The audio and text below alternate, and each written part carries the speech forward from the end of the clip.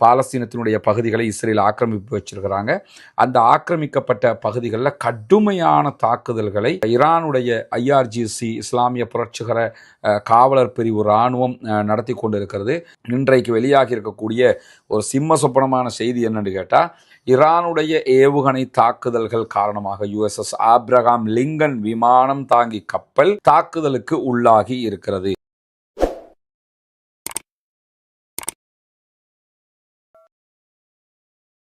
அன்பிற்கினிய சகோதர சகோதரிகளே, நம் அனைவர் மீதும் ஏக இறைவனுடைய அமைதியும் கருணையும் உண்டாகட்டுமாக என்கிற உயரிய பிரார்த்தனைகளோடு தொடர்ச்சியாக ஈரானுக்கும் அமெரிக்கா இஸ்ரேலுக்கும் இடையிலான சண்டை உச்சமாகிக் கொண்டே செல்லக்கூடிய காட்சிகளை நம்ம பார்த்து வர்றோம். ஈரானுடைய உச்ச தலைவர், ஆன்மீக தலைவர் ஆயத்துல்லா அலி ஹாமனி கொல்லப்பட்டதற்கு பிறகு அதற்கு பழிவாங்கும் விதமாக தொடர்ச்சியாக அமெரிக்காவினுடைய நிலைகள் மீது ஈரான் தாக்குதல்களை நடத்தி வருகிறது.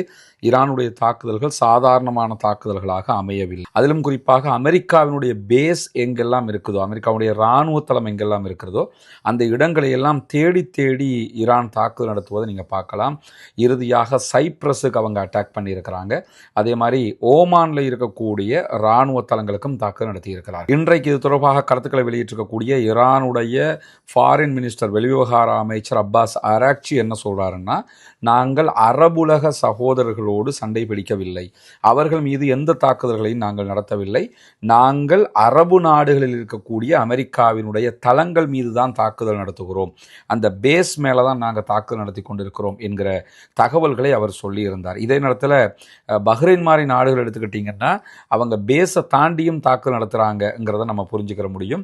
ஏன்னா மனாமாவில் இருக்கக்கூடிய ஹோட்டல் மேலே தாக்குதல் நடத்தியிருந்தாங்க, அங்கே அமெரிக்கர்கள் இருக்கிறார்கள் என்கிற காரணம் சொல்லப்பட்டது. அதேபோன்று பஹ்ரைனில் இருக்கக்கூடிய உயரமான கட்டிடங்கள் மேலே எல்லாம் தாக்குதல்களை நடத்துகிறார்கள். துபாயினுடைய ஏர்போர்ட் மேலே தாக்குதல்கள் நடத்தியிருக்கிறாங்க.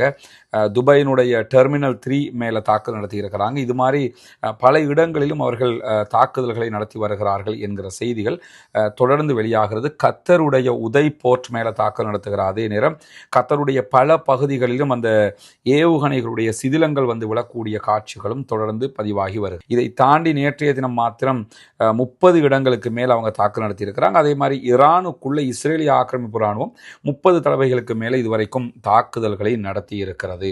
இப்படியான சூழல்ல தான் சற்று நேரத்துக்கு முன்பதாக 2 முக்கியமான செய்திகள் வெளியாகி இருக்கிறது. ஒன்று, மேற்கு ஜெருசலம் பகுதிகளில் இருக்கக்கூடிய இஸ்ரேலிய ஆக்கிரமிப்பு பகுதிகள், பாலஸ்தீனத்தினுடைய பகுதிகளை இஸ்ரேல் ஆக்கிரமிப்பு வச்சிருக்கிறாங்க.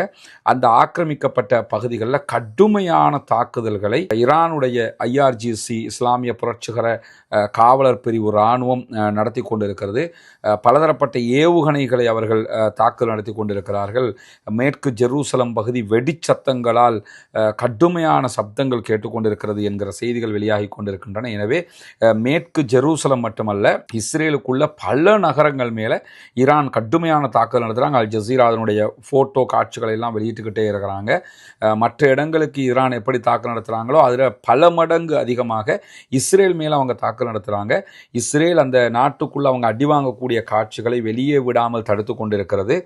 தங்களுடைய அனுமதி பெறாமல் எந்த காட்சிகளும் எந்த வீடியோக்களும் யாரும் சமூக வலைதளங்களில் பகிரக்கூடாது என்று இஸ்ரேல் கண்டிப்பான தடை உத்தரவு விதித்திருக்கிறது. அதே போன்று அடி வாங்கினவங்க கூட இந்த இடத்துல நாங்கள் அடி வாங்கியிருக்கிறோம் வந்து காப்பாற்றுங்கன்னு சொல்லி லொக்கேஷன் கூட ஷேர் பண்ணக்கூடாது, ஏன்னா அதை பார்த்து திருப்பி அடிப்பான் நமக்கு. இந்த அளவுக்கு இஸ்ரேல் ஆடிப்போய் நிற்கிறது. அவர்கள் தாக்குதல்களை நடத்தினாலும் தங்கள் மீதான தாக்குதல்கள் விஷயத்தில் ரொம்ப பயந்த நிலையில் இருக்கிறாங்க என்கிற செய்திகள் வெளியாகி கொண்டிருக்கக்கூடிய நேரத்தில் தான் இதுவரைக்கும் ஈரான் மேலே நடத்தப்பட்டிருக்கக்கூடிய தாக்குதல்களில் உயர்மட்டத்தில் இருக்கக்கூடியவங்க, இராணுவத்தில் இருக்கக்கூடியவங்க என்று சொல்லி மொத்தம் 7 பேர் கொல்லப்பட்டிருக்கிறார்கள் என்கிற செய்திகள் வெளியாகி இருக்கிறது. குறிப்பாக ஆயுதப்படைகளுடைய உச்ச தளபதி அலுவலகத்தின் தலைவராக செயல்பட்ட பாசிச் மேஜர் ஜெனரல் கொல்லப்பட்டிருக்கிறார். ஏற்கனவே அலி ஷம்கானி கொல்லப்பட்டிருந்தார். அதே போன்று ஆயத்துல்லா அலி ஹாமனி கொல்லப்பட்டிருந்தாங்க. இது பாசிச் படைப்பிரிவினுடைய ஒரு ஜெனரல், அவர் கொல்லப்பட்டிருக்கிறார். முகமது ஷிராசி கொல்லப்பட்டிருக்கிறார். அதே போன்று ஈரானுடைய இராணுவம்னா IRGC கிடையாது, ஈரானுடைய ஃபோர்ஸஸ் தனியாக இருக்கிறாங்க. அந்த ஈரானுடைய ஃபோர்ஸஸினுடைய உளவுத்துறை துணைத் தலைவராக செயல்பட்ட ஜெனரல் ஷஹீத் சலே அசாதி அவர்களும் கொல்ல கொல்லப்பட்டிருக்கிறார்கள் என்கிற செய்திகள் வெளியாகி இருக்கிறது. இப்படி சில முக்கியமான தளபதிகள், இவங்கெல்லாம் உச்சகட்ட தளபதிகள் என்று கிடையாது, ஆனால் இராணுவத்தில் இருக்கக்கூடிய மேஜர் ஜெனரல் போஸ்டில் இருக்கக்கூடிய தளபதிகளாக இருக்கிறார்கள், அவர்கள் கொல்லப்பட்டிருக்கிறார்கள் என்கிற செய்திகள் வெளியாகி இருக்கிறார். அதே நேரத்தில் இஸ்ரேலுடைய பெய்ட் ஷமோஷ் பகுதிகளில் ஈரானுடைய ஏவுகணை தாக்குதல்களில் மீண்டும் 11 பேர் காணாமல் போயிருக்கிறார்கள். அதே நேரத்தில் 20க்கும் மேற்பட்டவர்கள் கொல்லப்பட்டிருந்தார்கள். மொத்தமாக எத்தனை பேர் கொல்லப்பட்டிருக்கிறார்கள் என்கிற செய்திகள் தெரியாது, ஆனால் 50க்கு மேற்பட்டவர்கள் படுகாயம் அடைந்திருக்கிறார்கள் என்கிற செய்திகள் தான் வெளிவந்து கொண்டிருக்கிறது என்கிறத இஸ்ரேலுடைய ஹரேட்ஸ் பத்திரிகை வெளியிட்டிருக்கக்கூடியதை நம்ம பார்க்க முடியும்.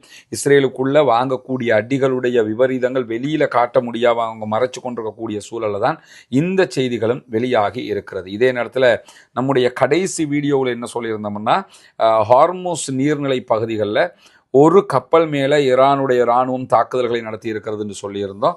ஆனால் தற்போது வெளியாகி இருக்கக்கூடிய செய்திகள் பிரகாரம் அமெரிக்கா, அதே போன்று இங்கிலாந்துக்கு, பிரிட்டிஷுக்கு சொந்தமான எண்ணெயை ஏற்றி கொண்டு செல்லக்கூடிய டேங்கர் கப்பல்கள் இருக்குதா இல்லையா, அந்த கப்பல்களில் 3 கப்பல்கள் மேலே கடுமையான தாக்குதல்களை வளைகுடாவில், அதே போன்று ஹார்முஸ் ஜலசந்திகளில் நடத்தி இருக்கிறது ஈரான் என்கிற செய்திகள் வெளியாகி கொண்டிருக்கிறது. இந்த 3 கப்பல்களும் பற்றி எரிந்து கொண்டிருக்கிறது என்கிற செய்திகளும் வெளியாகி இருக்கிறது. ஏன்னா தொடர்ந்து அமெரிக்கா, இங்கிலாந்து என்று யாரெல்லாம் ஈரானுக்கு எதிராக இருக்கிறாங்களோ அவர்களுடைய கப்பல்கள் மேலும் ஹார்முஸ் ஜலசந்தியில் அவங்க தாக்குதல்களை நடத்தி கொண்டிருக்கிற அதே நேரத்தில் தான் இன்றைக்கு வெளியாகி இருக்கக்கூடிய ஒரு சிம்ம சொப்பனமான செய்தி என்னன்னு கேட்டால், ஈரானுடைய ஏவுகணை தாக்குதல்கள் காரணமாக USS ஆப்ரஹாம் லிங்கன் விமானம் தாங்கி கப்பல் தாக்குதலுக்கு உள்ளாகி இருக்கிறது. USS ஆப்ரஹாம் லிங்கன் விமானம் தாங்கி கப்பல் மேல ஈரானுடைய IRGC இஸ்லாமிய புரட்சிகர காவலர் பிரிவு நடத்தி இருக்கக்கூடிய கடுமையான தாக்குதல்கள், 4 பாலிஸ்டிக் ஏவுகணை தாக்குதல்கள் இன்றைக்கு நடத்தப்பட்டிருக்கிறது. இந்த தாக்குதல்கள் காரணமாக இதுவரைக்கும் 5 அமெரிக்க இராணுவத்தைச் சேர்ந்தவர்கள் கொல்லப்பட்டிருக்கிறார்கள் என்றும், மேலதிகமாக என்ன பாதிப்புகள் வந்திருக்கிறது என்கிற தகவல்கள் வெளிவரவில்லை. 5 பேர் கொல்லப்பட்டிருக்கிறாங்கன்னு வந்திருக்குது. 5 பேர் கொல்லப்படுகிற அளவுக்கு தாக்குதல் இருக்குன்னா USS ஆப்ரஹாம் லிங்கன் மேலே ஒரு சாதாரண தாக்குதல் கிடையாது. 4 பாலிஸ்டிக் ஏவுகணை தாக்குதல்களை அவர்கள் நடத்தி இருக்கிறார்கள். அது கரெக்டாக தாக்கப்பட்டிருக்கிறது என்கிற செய்திகளும் வெளியாகி இருக்கிறார். அதே நேரத்தில் இன்றைக்கு ஈரானுடைய இராணுவம் வெளியிட்டிருக்கக்கூடிய தகவல்களில் நிலமும் கடலும் பயங்கரவாத ஆக்கிரமிப்பாளர்களுடைய கல்லறைகளாக மாறும் என்கிற வார்த்தையை அவர்கள் பயன்படுத்தி இருக்கிறார்கள். கடலாக இருந்தாலும் சரி, தரையாக இருந்தாலும் சரி, எங்களை ஆக்கிரமிக்க வரக்கூடியவர்களுக்கு அது கல்லறையாக மாறும்.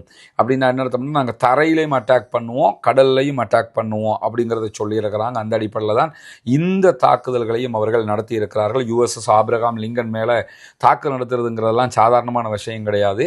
அதை நம்ம பல தடவைகள் அவர்களுடைய பலத்தை பற்றி பேசி இருக்கிறோம். ஆயத்துல்லா அலி ஹாமனி ஒரு முறை பேசும்போது என்ன சொன்னார்னா, உங்களுடைய விமானம் தாங்கி கப்பல் என்பது ரொம்ப படுபயங்கரமான ஒரு விவகாரம் தான், அதையெல்லாம் சாதாரணமாக நாங்கள் எடை போடலை, அது மிக பயங்கரமான ஒரு இயந்திரம், ஆனால் அதை தாக்குகிற எங்களுடைய ஆயுதம் அதைவிட பயங்கரமானது என்று சொல்லியிருந்தார்.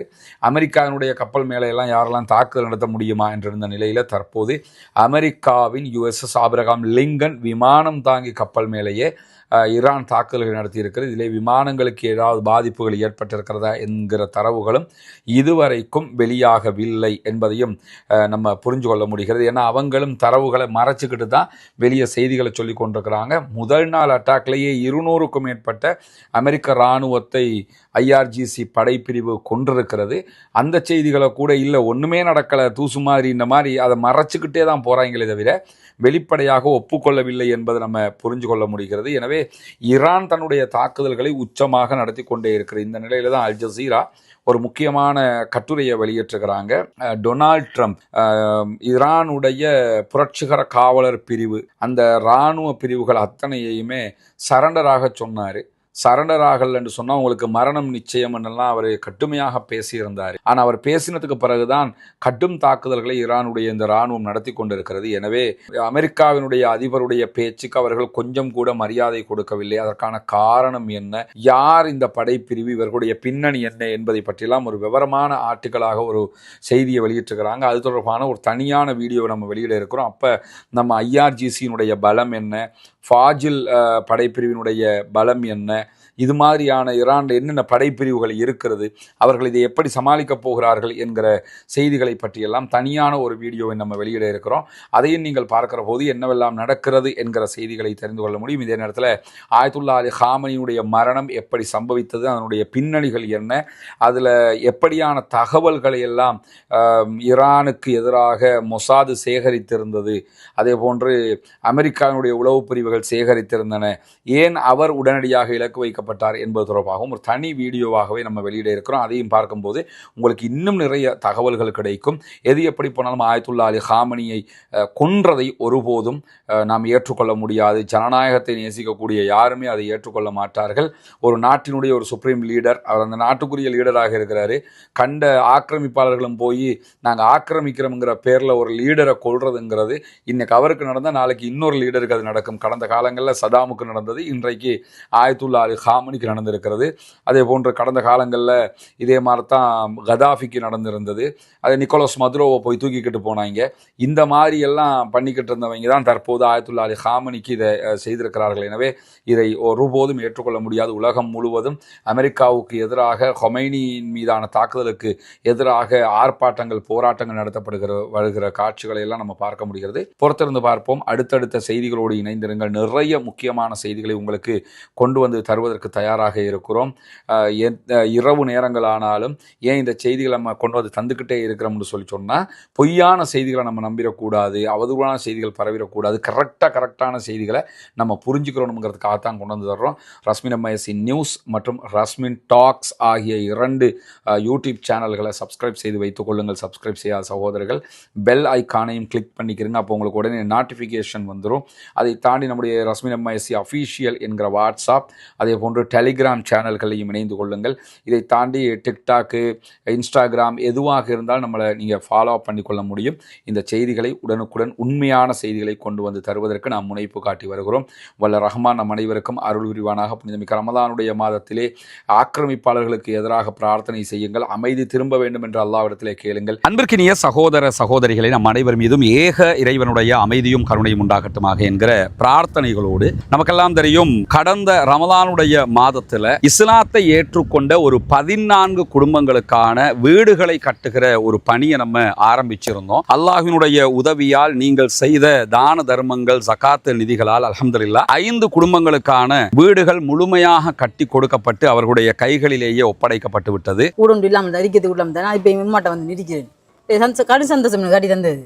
இது உங்களோட வீடு. இனி ஃபௌமி வேலை நடக்குதாண்டெல்லாம் பார்க்க வர மாட்டார். வேலையெல்லாம் முடிச்சுட்டோம் நாங்க. சரிதானே? உங்களுக்கு எப்படிமா? சந்தோஷமா? நிறைய பேருக்கு உதவி செஞ்சிருக்கிறாங்க. அவங்களுக்கு என்ன சொல்ல நினைக்கிறீங்க?